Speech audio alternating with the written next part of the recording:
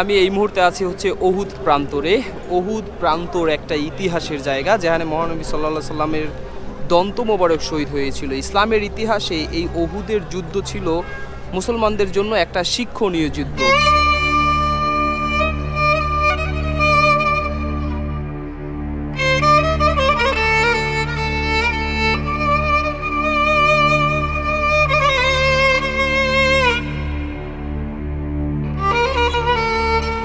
মহানবী সাল্লাল্লাহু আলাইহি সাল্লাম ঠিক এই জায়গাটায় তাদের সৈন্য বিন্যাস করেছিলেন তিনটা স্টেপে। যার পরামর্শ অনুসারে আসলে এই খন্দকের যুদ্ধ যে অনুষ্ঠিত হয়েছিল সেই মসজিদটাই হচ্ছে এইটা। চলেন আমি আপনাদেরকে দেখাই। এইখানেই হচ্ছে মহানবী সাল্লাল্লাহু আলাইহি সাল্লাম এই মদিনাবাসীদের জন্য দোয়া করেছিলেন। আমি এখন হচ্ছে মসজিদে কিবলাতাইন বা দুই কেবলার মসজিদের সামনে দাঁড়িয়ে আছি।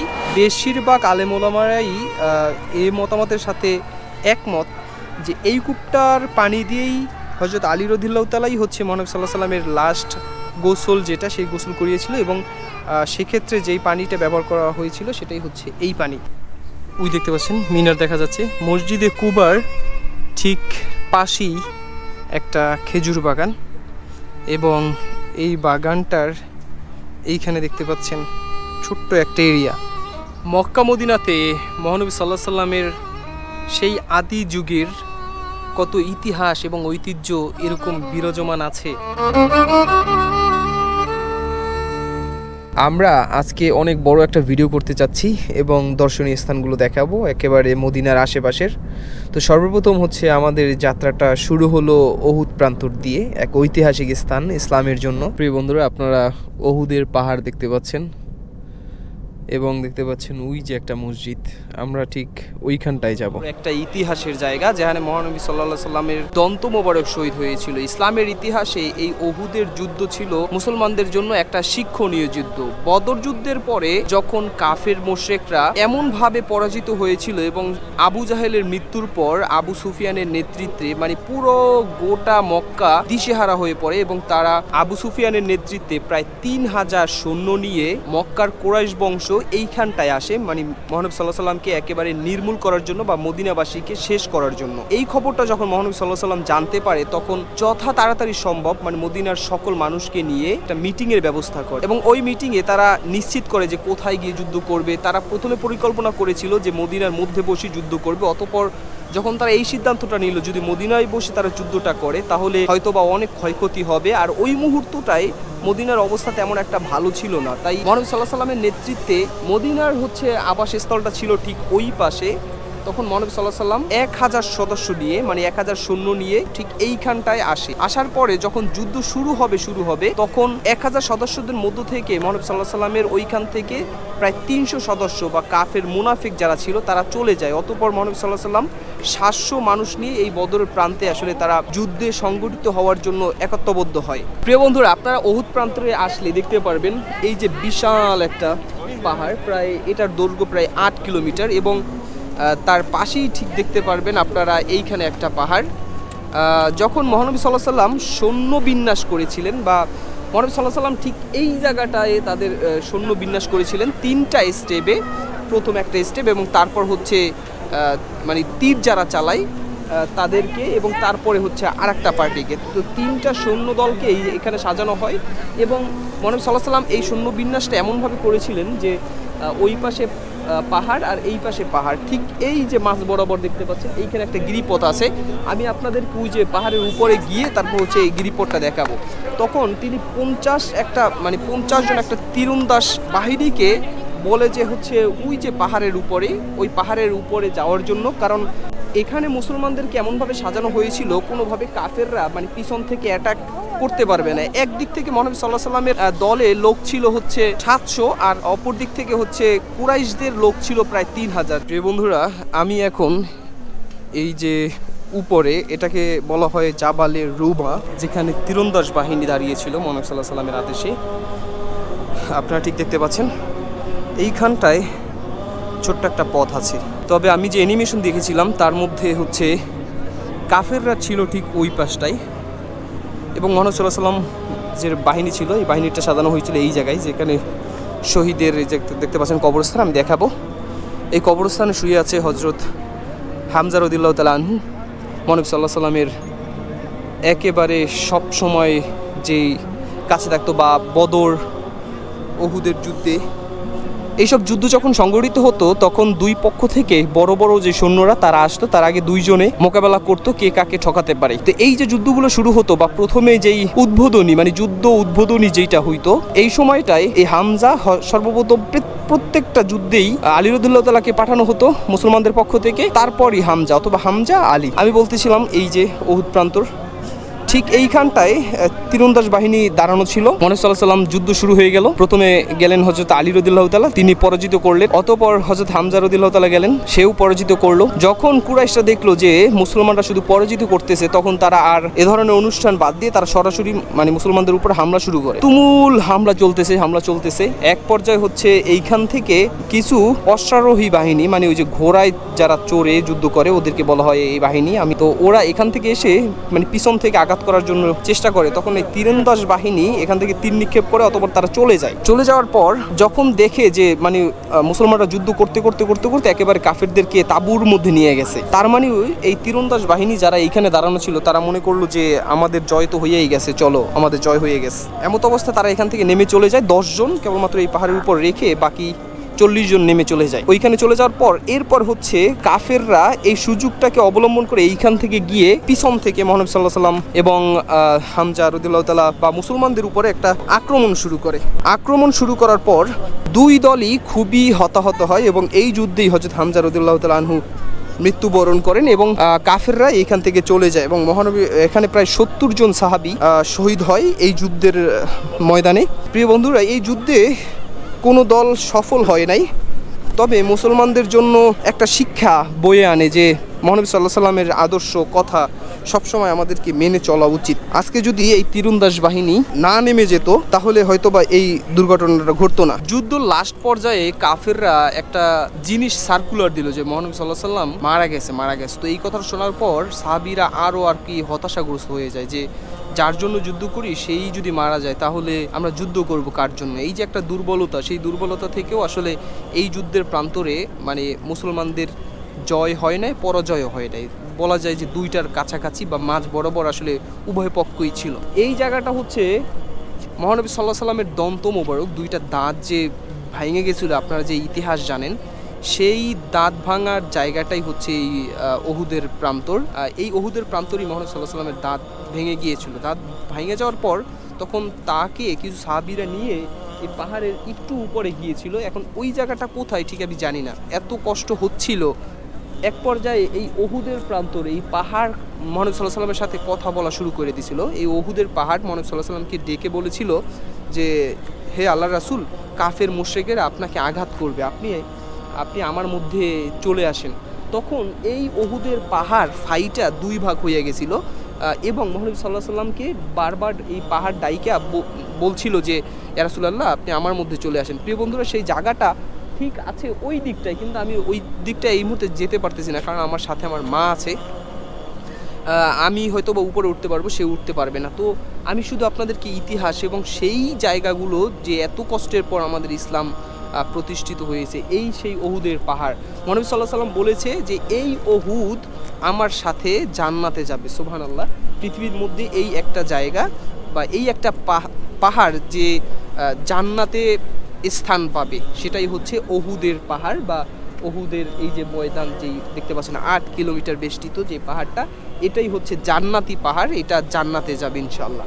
এই হচ্ছে শহীদের কবরস্থান। এখানেই যখন এখানে সাহাবীরা শহীদ হলো এই যুদ্ধে, শহীদ হওয়ার পর মহানবী সাল্লাল্লাহু আলাইহি সাল্লাম তাদেরকে আদেশ করলেন। সাহাবীরা জিজ্ঞেস করলেন, ইয়া রাসূলুল্লাহ, তাদেরকে কি করব, তাদেরকে কি মদিনায় নিয়ে যাব নাকি কি করব? তখন মহানবী সাল্লাল্লাহু আলাইহি সাল্লাম বললেন যে শহীদদেরকে এখানেই কবর দেয়া হবে এবং কোনো গোসল দেয়া হবে না, রক্তাক্ত অবস্থায় এখানেই গোসল করা হবে। অতঃপর হামজা রাদিয়াল্লাহু তাআলা আনহু থেকে শুরু করে আরও অনেক সাহাবী এখানে দাফন করা হয়। মহানবী সাল্লাল্লাহু আলাইহি সাল্লাম বলেছেন, কিয়ামতের দিন যখন আমার উম্মতদের অবস্থা খুব করুণ হবে, তখন আমি এই সাহাবীরা যখন জাগবে, এই সাহাবীদের দোহাই দিয়ে আমি আমার গুনাহগার উম্মতের ক্ষমা চাবো। সুবহানাল্লাহ। এই হচ্ছে সেই কবরস্থান। মহানবী সাল্লাল্লাহু আলাইহি সাল্লাম কি আশাই না করছে যে এই শহীদদেরকে রক্তাক্ত অবস্থায় জাগিয়ে বা জাগানোর পরে যখন জাগবে তখন মহানবী সাল্লাল্লাহু আলাইহি সাল্লাম আল্লাহকে বলবে, হে আল্লাহ, এরা দ্বীনের জন্য শহীদ হয়েছে, আমি দ্বীনের জন্য দাঁত মোবারক শহীদ করেছি এই উহুদের প্রান্তরে, অতএব তার বিনিময়ে আমার গুনাহগার উম্মতদেরকে ক্ষমা করে দাও। প্রিয় বন্ধুরা, এখন আমি আপনাদেরকে দেখাবো হামজা রাদিয়াল্লাহু তাআলা আনহুর যেই কবর শরীফ, পবিত্র কবর শরীফ, সেটা আমি আপনাদেরকে দেখানোর চেষ্টা করব। আপনারা দেখছেন কিনা আমি জানি না, এই যে দেখতে পাচ্ছেন একটা কবর, চারপাশ দিয়ে ঘেরাও দেওয়া আছে, এটাই হচ্ছে হযরত হামজা রাদিয়াল্লাহু তাআলা আনহুর কবর।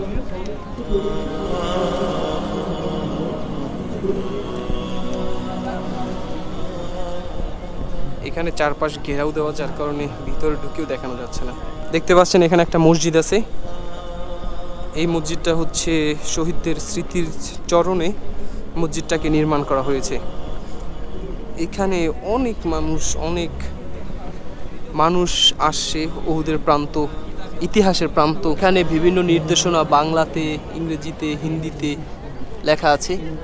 আলহামদুলিল্লাহ, ঘুরে ঘুরে হচ্ছে উহুদ পাহাড় দেখলাম, উহুদের প্রান্তর দেখলাম। চলেন এখন আমরা অন্য কোথাও নিয়ে যাই।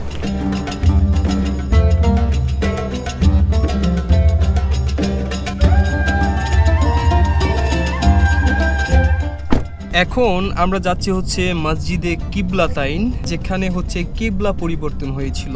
ধরেন এখন তো আমরা কাবার দিকে ফিরে মহান আল্লাহ তাআলার দাসত্ব করি বা নামাজ আমরা পড়ে থাকি, কিন্তু আগে হচ্ছে আমরা কাবার দিকে ফিরে মুসলমানরা নামাজ পড়তো না।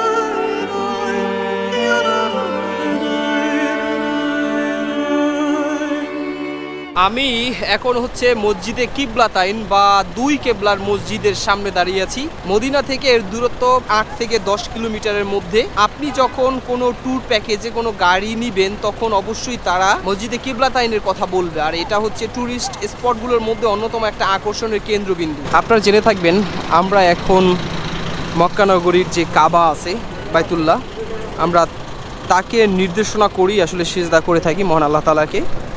কিন্তু পূর্বে এইটা ছিল না, পূর্বে হচ্ছে আল আকসার দিকে মুখ ফিরিয়ে মানুষ নামাজ আদায় করতো, বা ওইটাই ছিল আমাদের কিবলা। কিন্তু মহানবী সাল্লাল্লাহু আলাইহি সাল্লাম ইসলাম প্রচারের কালে বা যখন ইসলাম পরিপূর্ণ প্রচার হচ্ছিল, ঠিক এরকম সময়ে মহানবী সাল্লাল্লাহু আলাইহি সাল্লাম তিনি আকসাকে মন থেকে তো অবশ্যই ভালোবাসতো, কিন্তু মানে মক্কার যে কাবা ছিল সেই কাবার প্রতি মহানবী সাল্লাল্লাহু আলাইহি সাল্লামের অন্যরকম একটা ভালোবাসা ছিল। তিনি যখন মক্কাতে থাকতেন, মক্কার জীবনকালে মহানবী সাল্লাল্লাহু আলাইহি সাল্লাম যখন আকসার দিকে ফিরে নামাজ পড়তো, তখন তিনি এমন একটা জায়গায় দাঁড়াতো যে কাবাও যাতে সামনে থাকে এবং আকসাও যাতে সামনে থাকে, মানে মহান আল্লাহ তাআলার আদেশও যাতে পূরণ হয় এবং তার মনে যে কাবার প্রতি ভালোবাসা ছিল মানে সেটাও যাতে প্রকাশ পায়। তো এখন তিনি যখন মক্কা থেকে মদিনায় হিজরত করেন, মক্কা থেকে মদিনায় হিজরত করার পর তিনি আর হচ্ছে কাবার দিকে, কারণ এদিকে কাবা হচ্ছে একদিকে আর হচ্ছে আকসা হচ্ছে অন্যদিকে, মানে দুইটাই বিপরীতমুখী হয়ে যায়। তো মহানবী সাল্লাল্লাহু আলাইহি সাল্লাম মক্কা থেকে যেই নামাজটা যেভাবে পড়তো, কিন্তু এইভাবে আর নামাজ পড়া মানে ওই যে কাবাকে সামনে রেখে আকসাও সামনে থাকবে এরকমটা আর হয় না। তখন মহানবী সাল্লাল্লাহু আলাইহি সাল্লাম এক দুপুরবেলা মানে এক সাহাবীর ঘরে দাওয়াত খেয়ে যখন আসলেন এই মসজিদে কিবলাতাইন, এই মসজিদে আসলেন, আসার পরে তিনি নামাজ পড়তেছিলেন, কিন্তু মনের মধ্যে এক তীব্র ব্যথা যে কাবার দিকে ফিরে সে নামাজ পড়তে পারতেছিলেন না, কারণ দুইটা কিবলা দুই দিকে হয়ে যায়, মানে এদিকে যদি দাঁড়ায় তাহলে আকসা পড়ে এদিকে, আর আকসার দিকে যদি তাকায় তাহলে কিবলা পড়ে এদিকে। কিন্তু মক্কায় বৈশা এটা সম্ভব ছিল, কারণ এমন এক জায়গায় দাঁড়াতেন সামনে, ধরেন ওইটা তো মক্কার তো চারোপাশে দাঁড়ানো যায়, তো এই পাশে দাঁড়ালে হচ্ছে ওই পাশে আকসা রাখতেন, ঠিক এইভাবে নামাজ আদায় করতেন। দুপুরের দাওয়াত খেয়ে সাহাবীর ঘরে যখন এখানে নামাজ পড়াতে আসলেন জোহরের নামাজ, তখন তার মনের মধ্যে এক কষ্ট অনুভূতি ছিল যে আমার কিবলা যদি হতো মক্কা, কিন্তু মহানবী সাল্লাল্লাহু আলাইহি ওয়াসাল্লাম কখনো আল্লাহ তাআলাকে বলেন নাই যে হে আল্লাহ আমার কিবলা মুসলমানদের কিবলা এটা কইরে দাও। মহান আল্লাহ তাআলা বলেন, মহান আল্লাহ তাআলা বলছিল মানে জিবরাইলকে পাঠাই দিছে তৎক্ষণাৎ, বলছে যে আমার নবী যেই দিকে কিবলা চাবে আমি সেই দিকেই কিবলা ফিরাই দিব। কিন্তু মহানবী সাল্লাল্লাহু আলাইহি ওয়াসাল্লাম যেই মনের যে ভাষণা ছিল যে কাবা, তখন মহানবী সাল্লাল্লাহু আলাইহি ওয়াসাল্লাম জিবরাইলকে পাঠাইয়া বলে যে 2 রাকাত নামাজ তখন পড়াও অলরেডি হয়ে গেছে। তখন জিবরাইল আলাইহিস সালাম বলেন মানে যখন 2 রাকাত নামাজ পড়া কমপ্লিট হয়ে গেছে 4 রাকাত নামাজ পড়বেন, তখন জিবরাইল আলাইহিস সালাম এসে বলেন যে ইয়া রাসূলুল্লাহ আপনি ঘুরে যান, আপনি কাবার দিকে মুখ করে তখন নামাজ আদায় করেন। তখন মহানবী সাল্লাল্লাহু আলাইহি ওয়াসাল্লাম 2 রাকাত নামাজ হচ্ছে আল আকসার দিকে ফিরে পড়েছিল এবং বাকি 2 রাকাত নামাজ হচ্ছে কাবার দিকে ফিরে পড়েছিল। এই হচ্ছে কেবলা পরিবর্তনের ইতিহাসের সাক্ষী হয়ে এই যে মসজিদে কেবলাতাইন এখনও দাঁড়িয়ে আছে। প্রিয় বন্ধুরা, আপনারা মদিনা শরীফে আসলে অবশ্যই এখানে আসবেন। একেবারে বদর না, ওহুদের প্রান্তরের খুব কাছাকাছি হচ্ছে এই জায়গাটা। আলহামদুলিল্লাহ আমরা কিবলাতাইন দেখলাম, এখন যাব হচ্ছে খন্দকের যে যুদ্ধ যেখানে সংগঠিত হয়েছিল ঠিক ওইখানটায় আপনাদেরকে নিয়ে যাব। সঙ্গেই থাকবেন ইনশাল্লাহ। খন্দকের এক অন্যরকম ইতিহাস আছে, ইতিহাসগুলো আমি আপনাদেরকে বোঝানোর চেষ্টা করব।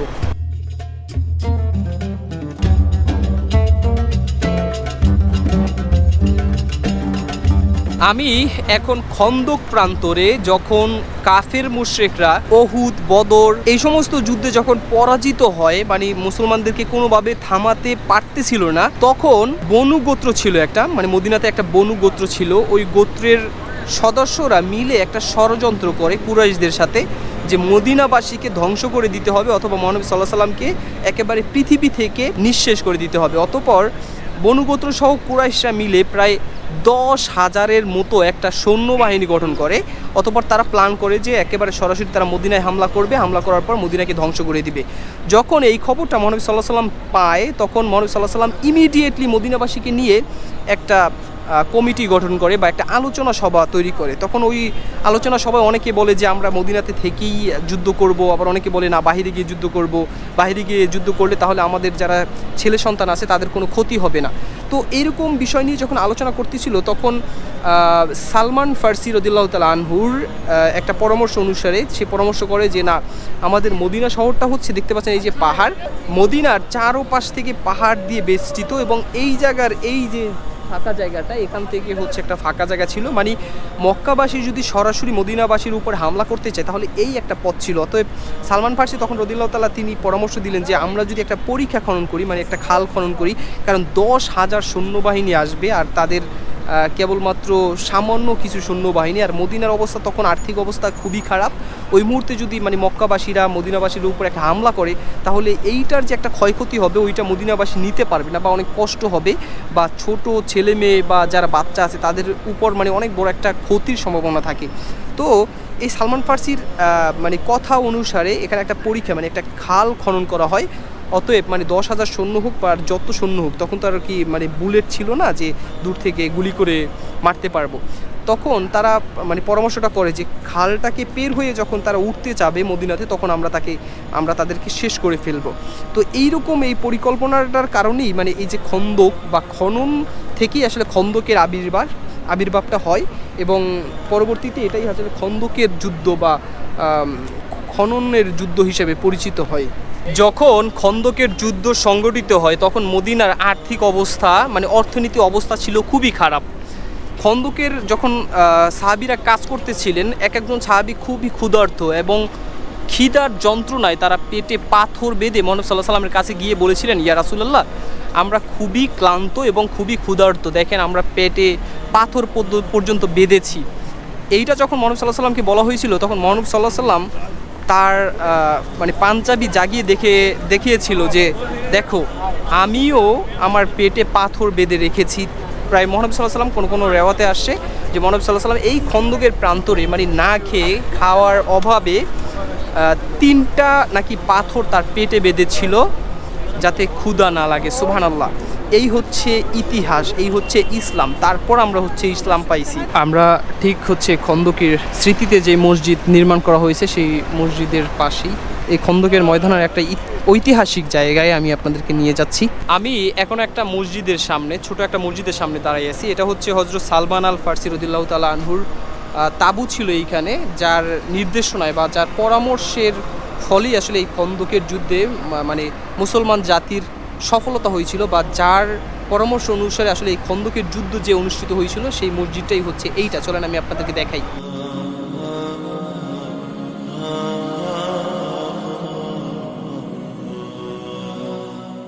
এখন যে এই মসজিদটা আপনারা দেখতে পাচ্ছেন, এইখানেই হচ্ছে মহানবী সাল্লাল্লাহু আলাইহি সাল্লাম এই মদিনাবাসীদের জন্য দোয়া করেছিলেন। এটা একটা দোয়া কবুলের জায়গা। হাজিরা এখানে এসে নামাজ পড়ে। আপনারা চাইলে এখানে 2 রাকাত নফল নামাজ পড়তে পারেন। এই যে দেখতে পাচ্ছেন মহানবী সাল্লাল্লাহু আলাইহি সাল্লাম পুরো নেতৃত্ব দিচ্ছিলেন এইখানটায় বসে, এবং মহান আল্লাহ তাআলার কাছে দোয়া করতেছিলেন যে খন্দকের যুদ্ধে যাতে কোনো রকম ক্ষতি মদিনাবাসীদের না হয়। প্রিয় বন্ধুরা, এই হচ্ছে সেই খন্দকের প্রান্তর। দেখতে পাচ্ছেন চারদিকে পাহাড় দিয়ে বেষ্টিত, এবং এই পথটাই ছিল হচ্ছে খালি পথ। এই যে আপনারা এখন যে ঘরটা দেখতে পাচ্ছেন, এটা হচ্ছে হযরত আলী রাদিয়াল্লাহু তাআলা আনহুর তাঁবু ছিল। এইটা এখন বন্ধ আছে, দেখতে পাচ্ছেন। এই পাশ দিয়ে হচ্ছে উঠে আসলাম। আর ওই যে দেখতে পাচ্ছেন একটা মসজিদ, ওটা হচ্ছে খন্দকের ইতিহাস ধরে রাখার জন্য, মানে খন্দক জামে মসজিদ তো এটাকে বলা হয়। তো এইটা হচ্ছে হযরত আলী রাদিয়াল্লাহু তাআলা আনহুর তাঁবু ছিল। বলা হয়ে থাকে যে তখন মানে 10 জন সাহাবীদেরকে মিলিয়ে এক একজন নেতা দেওয়া হয়েছিল। তো এই আলী রাদিয়াল্লাহু তাআলার দায়িত্বে ছিলেন হচ্ছে 10 জন, এবং আলী রাদিয়াল্লাহু তাআলা এখান থেকেই হচ্ছে এই খন্দকের প্রান্তরটা মানে দেখছিলেন যে কাজ কে কীভাবে করে, বা দেখাশোনার দায়িত্ব ছিল হযরত আলী রাদিয়াল্লাহু তাআলার আনহুর উপর। তো এইটাই হচ্ছে তার নামে মানে ইতিহাসের সাক্ষী হয়ে এটাকে রাখা হয়েছে মসজিদ হিসেবে।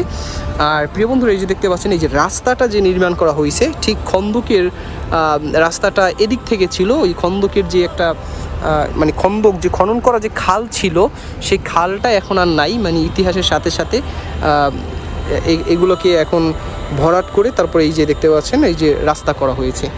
তো এই দেখতে পাচ্ছেন পাশেই হচ্ছে পাহাড়, এবং এই হচ্ছে খন্দকের প্রান্তরটা এখান থেকেই ছিল, এবং ইতিহাসের সাক্ষী হয়ে হচ্ছে এই ঘরটা এখনও আছে এইখানটায়।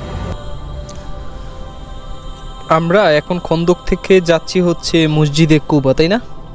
আচ্ছা, কুবার দূরত্ব এখান থেকে কত কিলোমিটার?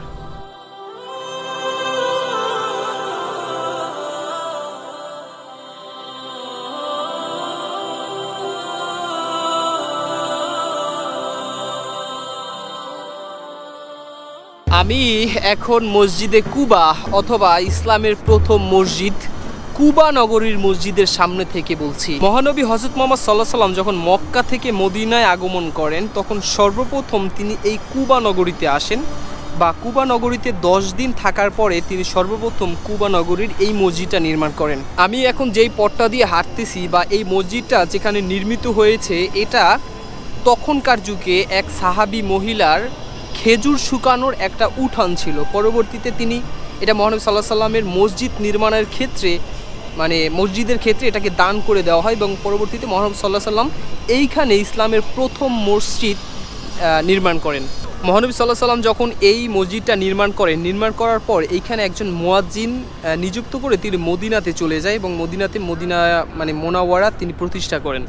তো এই মসজিদটা যখন মানে একজন মুয়াজ্জিনের কাছে রেখে বা একজন মুয়াজ্জিন নিযুক্ত করে এই মসজিদে যখন মদিনাতে যাওয়ার পর এই ইমাম সাহেব উনি করেন কি, মানে প্রত্যেক ওয়াক্তে কুল দিয়ে নামাজ পড়ান। তো সকাল দুপুর বিকাল মানে ফজর জোহর আসর মাগরিব 5 ওয়াক্ত নামাজই তিনি এই কুল পড়াচ্ছিলেন।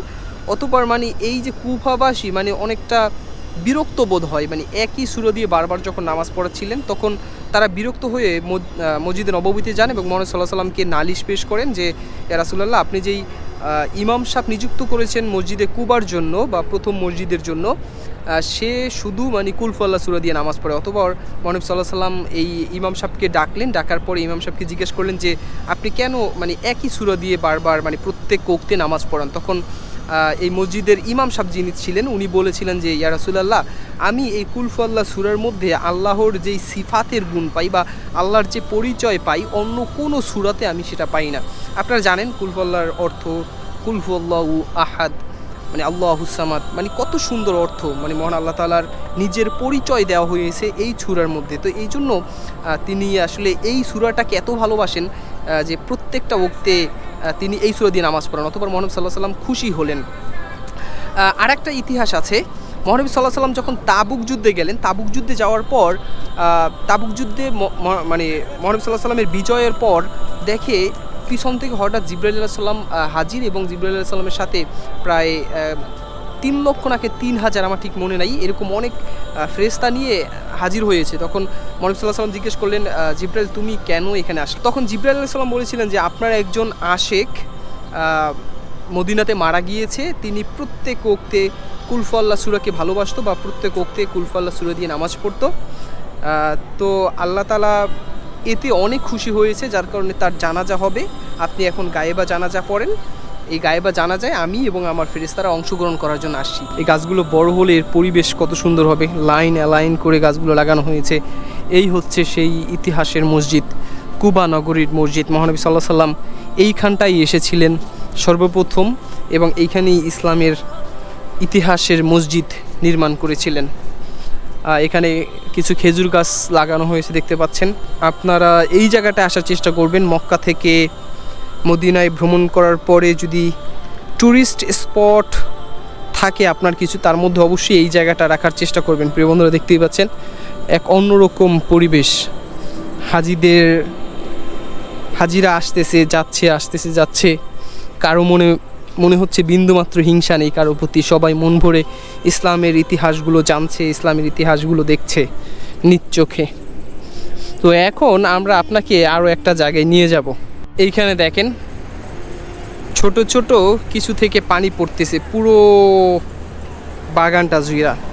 একদিক থেকে সৌন্দর্য, অন্য দিক থেকে আবহাওয়া শীতল হচ্ছে, আর তৃতীয়ত হচ্ছে এখানে যে ঘাসগুলো লাগানো হয়েছে সেগুলোর উপকার হচ্ছে। মসজিদে কুবার ঠিক পাশেই একটা খেজুর বাগান, এবং এই বাগানটার এইখানে দেখতে পাচ্ছেন ছোট্ট একটা এরিয়া। মহানবী সাল্লাল্লাহু আলাইহি সাল্লাম যখন মক্কা থেকে মদিনায় আসার পরে এই কুবার আর একটা সাইড আছে, ওই পাশে আর একটা সাইড আছে যেখান থেকে মহানবী সাল্লাল্লাহু আলাইহি সাল্লামকে সর্বপ্রথম আনা হয়। আনার পরে মহানবী সাল্লাল্লাহু আলাইহি সাল্লাম সরাসরি এইখানে আসেন, এবং এইখানে আসার পর হযরত আবু বকর রাদিয়াল্লাহু তাআলা আনহু মহানবী সাল্লাল্লাহু আলাইহি সাল্লামের সম্মানার্থে এবং তাদেরকে বোঝানোর জন্য যে তিনি হচ্ছেন বিশ্বনবী, আবু বকর রাদিয়াল্লাহু তাআলা আনহু তার নিজের রুমাল হচ্ছে এইখানে বিছিয়ে দেয়। অতঃপর মহানবী সাল্লাল্লাহু আলাইহি সাল্লাম এইখানে বসেন, এখানে নিদ্রা নেন অথবা একটু বিশ্রাম নেন। অতঃপর তিনি এইখানেই সবার সাথে দেখা সাক্ষাৎ করেন। আর এইটাই হচ্ছে ইসলামের প্রথম মসজিদ। ঠিক তার বড় একেবারে পাশেই আপনি যারা ক্লিনার আছে তাদের কাছে জিজ্ঞেস করলেই হবে। দেখতে পাচ্ছেন এখানের পরিবেশটা আমি আপনাদের দেখানোর চেষ্টা করব। খেজুর পাতা দিয়ে এইগুলো হচ্ছে তৈরি করা হয়েছে, মানে সেই পুরনো ইতিহাস ধরে রাখার জন্য।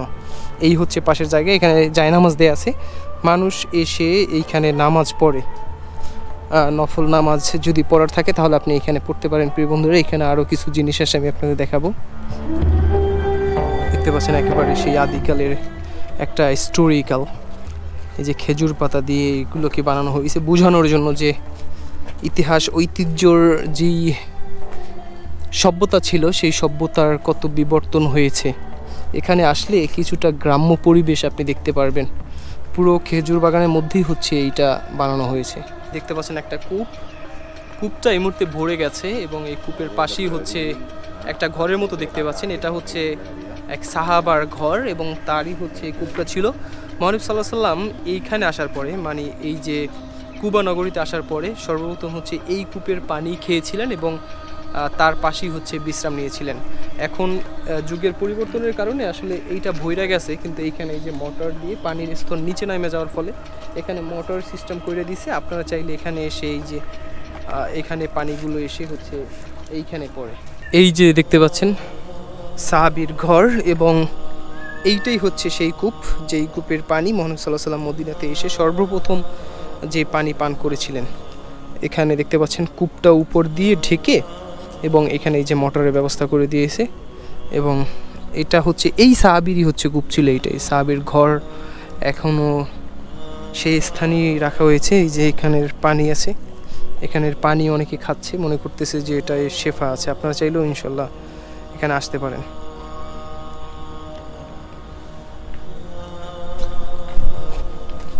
আমরা এই ঘরটার মধ্যে ঢুকে আপনাদেরকে দেখানোর চেষ্টা করছি।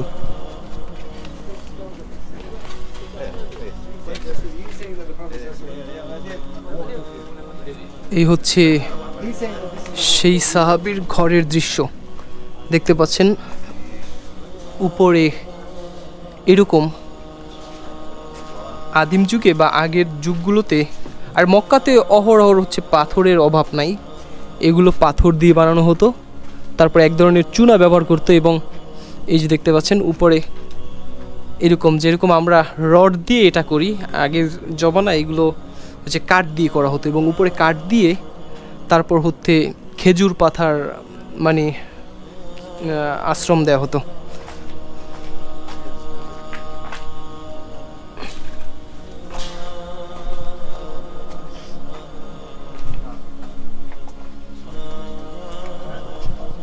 এটা হচ্ছে ছাদে ওঠার জায়গা।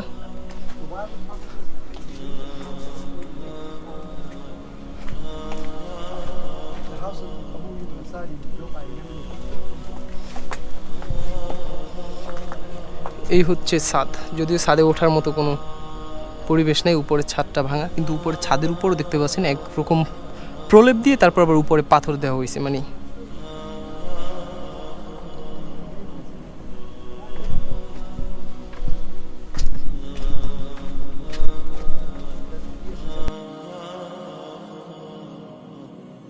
ওই হচ্ছে মসজিদে কুবা, আর এটা হচ্ছে অজুখানা বা টয়লেট।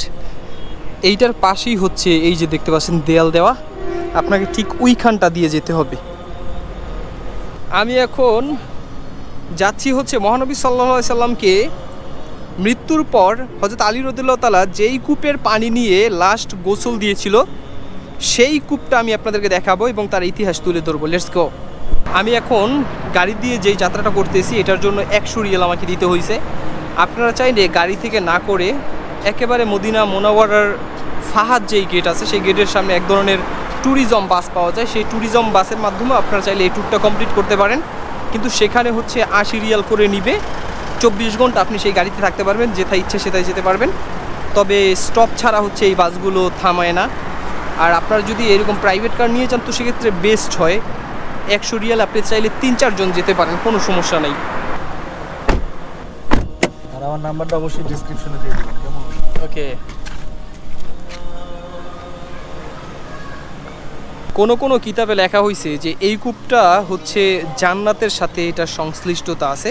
মহানবী সাল্লাল্লাহু আলাইহি সাল্লাম একবার স্বপ্নে দেখেছিলেন যে তিনি কোনো কূপের পানি খাচ্ছেন, মানে জান্নাতি কোনো কূপের পানি খাচ্ছেন। অতঃপর তিনি এই কূপটার কাছে আসেন। আবার কিছু কিছু জায়গায় বলা হয় যে এই কূপটার পানি একেবারে লবণাত্মক ছিল। মহানবী সাল্লাল্লাহু আলাইহি সাল্লামের থুতু মোবারক ফেলার পরে এই কূপের পানি সম্পূর্ণরূপে মিষ্টি হয়ে যায়। তো এটাই হচ্ছে সেই কূপ। বেশিরভাগ আলেম ওলামারাই এই মতামতের সাথে একমত যে এই কূপটার পানি দিয়েই হযরত আলী রাদিয়াল্লাহু তাআলাই হচ্ছে মহানবী সাল্লাল্লাহু আলাইহি সাল্লামের লাস্ট গোসল, যেটা সেই গোসল করিয়েছিল, এবং সেক্ষেত্রে যেই পানিটা ব্যবহার করা হয়েছিল সেটাই হচ্ছে এই পানি। আমার শেষ পর্বই হচ্ছে এইটা। আশা করি আমার ভিডিওটা ভালো লাগছে। যদি ভালো লেগে থাকে এবং যেই স্পটগুলো আমি আপনাদেরকে দেখালাম সেই স্পটগুলো যদি ভালো লাগে থাকে, তাহলে অবশ্যই আমার ইউটিউব চ্যানেলটি সাবস্ক্রাইব করবেন, কমেন্ট করবেন, লাইক করবেন। আমি কিন্তু মক্কা নিয়ে বিভিন্ন পর্যায় নিয়ে বা বিভিন্ন ট্যুরিস্ট বা ইসলামের ইতিহাসের স্পট নিয়ে আলোচনা করেছি। সেগুলো যদি ভালো লেগে থাকে তাহলে অবশ্যই আমার চ্যানেলটি ঘুরে আসবেন। আল্লাহ হাফেজ।